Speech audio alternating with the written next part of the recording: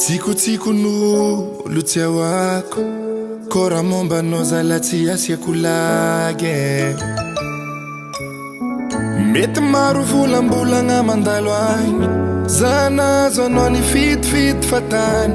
Tsy aferandreo zegny fa anitsika mivady. Ko mbola ambony tany bebe, tsy maintsy misy mivolagna. Fomban'olo lany asa, mandeha mitsakarika olagna. Nahitan'olo ratsy anao fa tsy ary nametra, za tsy mametra zao. Nataondreo lany zara, nataondreo lany entra, za tieko anao. Nahitan'olo ratsy anao fa tsy ary nametra, za tsy mametra zao. Nataondreo lany zara, nataondreo lany entra, za tieko anao.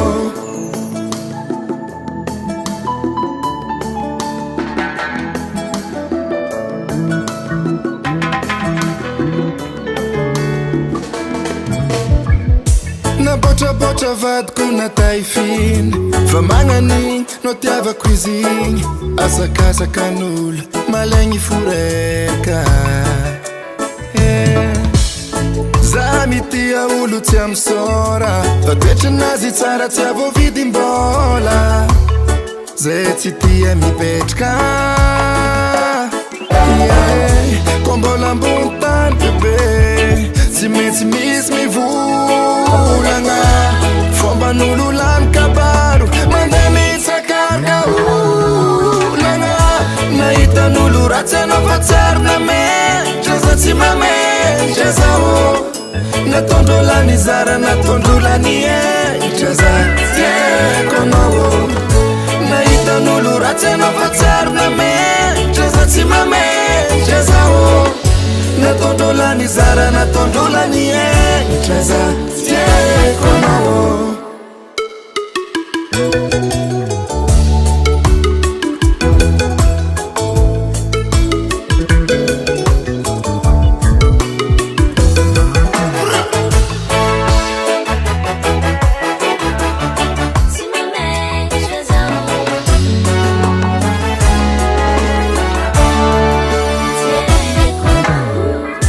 Nahitan'olo ratsy anao fa tsy ary nametra, za tsy mametra zao.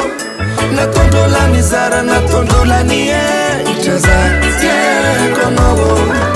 Nahitan'olo ratsy anao fa tsy ary nametra, za tsy mametra zao.